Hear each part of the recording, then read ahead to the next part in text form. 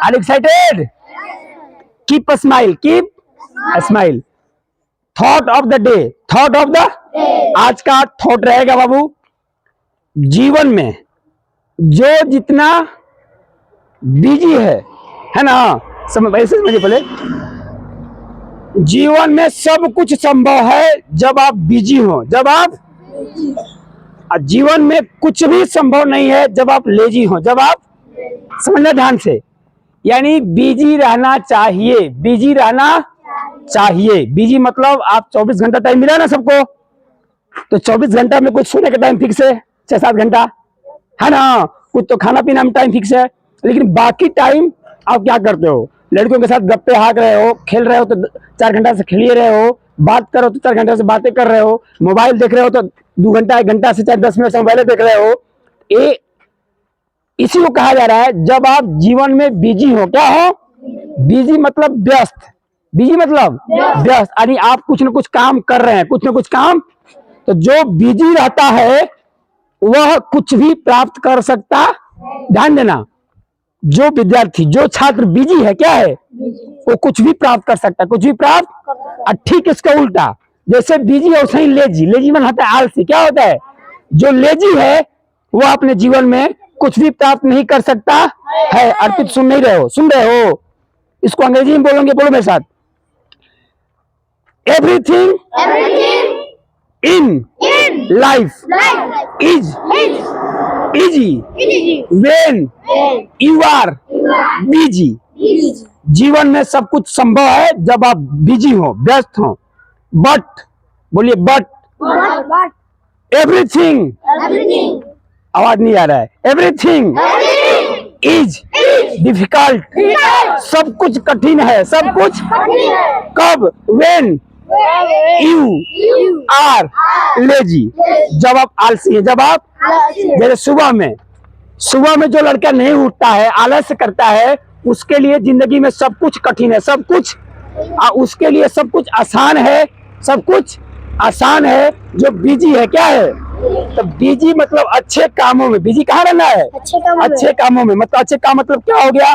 जैसे आप, अच्छे काम मतलब आप पढ़ाई कर रहे हैं ना, कुछ लिख रहे हैं, कुछ नोट्स बना रहे हैं, या बात भी कर रहे हैं तो कुछ ढंग का बात कर रहे हैं। क्या बात कर रहे हैं कि आप बताओ अभिषेक, तुमने मैथ में कितना कंप्लीट कर लिया है ना, दशमलव कहाँ तक कंप्लीट हो गया, परसेंट कहाँ तक पढ़ लिया, औसत कहाँ तक पढ़ लिया, जीके में तुमको क्या क्या याद हो गया, समझा रहे ना, कंप्यूटर में तुम क्या क्या जानते हो, है ना जी। ये नहीं कि गपशप कर रहे हो, कैसे कैसे टेंगे टेंगे, कैसे कहते हो? हाँ, पवन और क्या बोलते हैं, लौकुश है ना, पकड़ वाला, वो कहता है तुमको याद हो गया, खसरिया वाला भौजी टेंगे टेंगे, है ना, फालतू की बात है। कैसे बात है? तो वैसे बात, दिन भर बिजी रहो, उससे कुछ मिलने वाला नहीं है। अरे समझ में आया? यस सर, समझ रहे हैं? बिजी कहाँ रहना है, कुछ पढ़ाई की बात करनी। क्या करना है बाबू? पढ़ाई की बात, है ना, अपने सहेलियों से पढ़ाई की बात करो, तुमको क्या याद हो गया, मैथ में क्या क्या सीख गई, है ना बाबू। ये नहीं सीखने आए हम लोग, कुछ और सीखने आए हैं। दशमलव क्या सीख गई, है ना, इंग्लिश में कौन सा वर्ड मीनिंग याद हो गया है, हमको बताओ, हमको सिखाओ, है ना बाबू। इसमें यदि टाइम बिताएंगे, आप बिजी रहेंगे तो आप बहुत जल्दी आगे बढ़ेंगे, बहुत जल्दी जो चाहेंगे सो बन जाएंगे। क्लियर हो गया? तो आज का थॉट रहा कि लाइफ में जो जितना बिजी है, जो बिजी है उसके लिए सब कुछ संभव, सब कुछ। जो लेजी है, जो आलसी है, उसके लिए सब कुछ कठिन है, भारी है। क्लियर हो गया? आगे बढ़े। आज का लेते हैं हिंदी। क्या लेते हैं? हिंदी। Listen to carefully. आज का हिंदी रहेगा अभय। किसी का नाम है क्या? अभय? अभय किसी का नाम है? नहीं, अभय कोई लड़का नहीं है अभी। अभय का मतलब होता है, देखो बैठ गया ही, दूध पीता है नहीं जी, खड़े हो, दूध नहीं पीते हो, दूध पीते तो कैसे बैठ जा रहे हो तो 5 मिनट में। अभय का मतलब होता है बिना भय का, बिना निर्भय, माने जिसको डर ना हो, जिसको डर उसको बोलेंगे अभय। क्या बोलेंगे जी? गद्यांश में आ जाएगा अभय का क्या तात्पर्य है। अभय का शाब्दिक अर्थ क्या है? तो लिखेंगे निर्भय। क्या लिखेंगे? बिना डर का, बिना। उसी का खाली अ की जगह उ कर दो, उभय। क्या कर दो? तब क्या होगा? Anybody else? नैतिक नहीं। अभय मतलब निर्भय, बिना डर का। उभय मतलब दोनों। क्या हो जाएगा? ध्यान देना, जैसे इंग्लिश में होता है ना, बोथ माने दोनों, बोथ माने तो उभय माने दोनों। उभय आओ मतलब दोनों आओ, समझा गया ना। ये होता है ना उभयचर, नभचर, उभयचर, जलचर, पढ़ते हो ना। जलचर माने जल में रहने वाला, है ना। नभचर मतलब आकाश में विचरण करने वाला, और उभयचर मतलब दोनों में, है ना, दोनों में। नहीं समझे? उभय मतलब दोनों, मतलब कहाँ? पानी में भी चले और आकाश में भी, उसको बोलेंगे उभयचर। क्या बोलेंगे? अरे क्लियर हो रहा है भाई? अभय मतलब निर्भय, बिना डर का। और उभय मतलब दोनों। क्लियर हो गया? अब हिंदी बताएं, इंग्लिश बताएं? इंग्लिश में हम लोग सीखेंगे कि बोलना होगा कि ऊपर से नीचे, खलियारी से अधौरा, दिल्ली से पटना, तो कैसे बोलेंगे? तो इसमें दो वर्ड का यूज होता है, एक होता है फ्रॉम और दूसरा होता है टू। क्या होता है? शुरुआत में रहेगा फ्रॉम, अब बीच में एक जगह का नाम लीजिएगा, फिर टू, फिर लास्ट में। जैसे बोलना हो ऊपर से नीचे, ऊपर से तो बोलो फ्रॉम टॉप टू बॉटम। नहीं समझे? जैसे बोलना हो खलियारी से ओढ़नी, खलियारी से तो बोलो फ्रॉम खलियारी, और खलियारी के बाद तुरंत आएगा टू। क्या आएगा? और टू के बाद ओढ़नी। क्लियर हो गया? अरे हुआ कि नहीं हुआ? जैसे बोलना है कपार से लेके पैर तक, कपार से लेके, तो बोलोगे from head, from to leg. कोई दिक्कत? अरे समझ आ रहा है? नहीं आ रहा है? ऊपर से लेके नीचे तक बोलो from top to bottom, bottom माने नीचे। क्लियर हो गया? समझा गया? बोलना हो प्रिया से लेके अनीता तक, तो कैसे होगा? From Priya to Anita. अरे समझा गया? ऊपर से लेके नीचे तक, 1 से लेके 10 तक, 1 से लेके फ्रॉम 1, फ्रॉम टू 10। कोई दिक्कत? अब क्या रह गया? ठीक है, GK of the day. GK of the आज का जीके रहेगा, भारत में 3 प्रमुख फसल हैं। भारत में प्रमुख फसल है जो हम लोग खाते हैं, जो हम लोग खाते हैं। कितने फसलें हैं? बता दिए हैं, फिर से रिपीट कर देते हैं। बोलो खरीफ, रबी, जायद। खरीफ, रबी, जायद।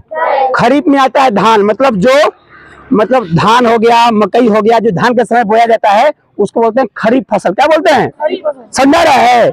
यानी जिसको पानी चाहिए, क्या चाहिए? जिसको पानी चाहिए, जो फसलने के लिए ज्यादा पानी चाहिए, उसको बोलते हैं खरीफ फसल। क्या बोलते हैं? याद हो रहा है? एग्जाम में आएगा भैया, सुना ना? एग्जाम में आएगा, सब परीक्षा क्वेश्चन है।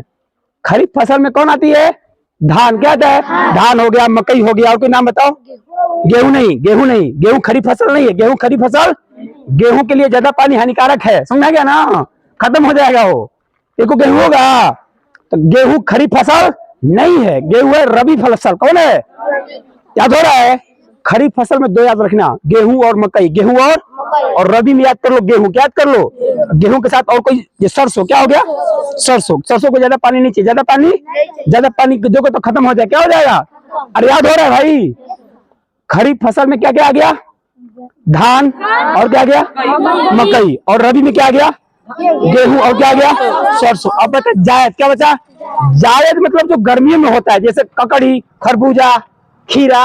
अरे समझा रहा है? जायद। बोलो जायद।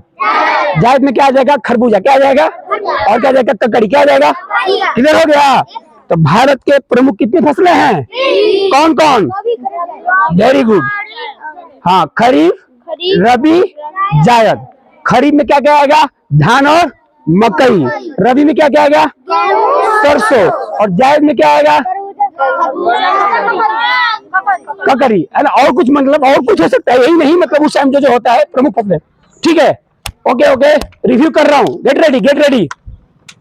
आज का थॉट ऑफ द डे रहा कि लाइफ में जो जितना बिजी रहेगा उसके लिए सब कुछ संभव है, और लाइफ में जो लेजी रहेगा उसके लिए सब कुछ कठिन है। आज का इसको इंग्लिश में बोलेंगे, everything in life is easy when you are busy, but everything is difficult when you are lazy. जीवन में सब कुछ संभव है जब आप बिजी हो, जीवन में सब कुछ कठिन है जब आप लेजी हो, आलसी हो। और आज का हिंदी शब्द रहा अभय और उभय। अभय और अभय मतलब निर्भय, बिना डर का, और उभय मतलब दोनों। उभय मतलब दोनों। आज का इंग्लिश रहा from to. From to, from शुरुआत में, बीच में कोई लिखेंगे, फिर लास्ट में, बीच में टू, फिर लास्ट में जो बोलना हो, जैसे ऊपर से नीचे तक, from bottom, sorry from top to bottom. खलियारी से ओढ़नी तक, फ्रॉम खलियारी टू ओलमी। और आज का जिक्र रहा, भारत के प्रमुख फसल 3 हैं, खरीफ, रबी, जायद। खरीफ में आ जाएगा गेहूं, मकई, और रबी में आ जाएगा गेहूं और सरसों, और जायद में आ जाएगा ककड़ी, खरबूजा इत्यादि, और उसमें हो सकता है। Thanks a lot.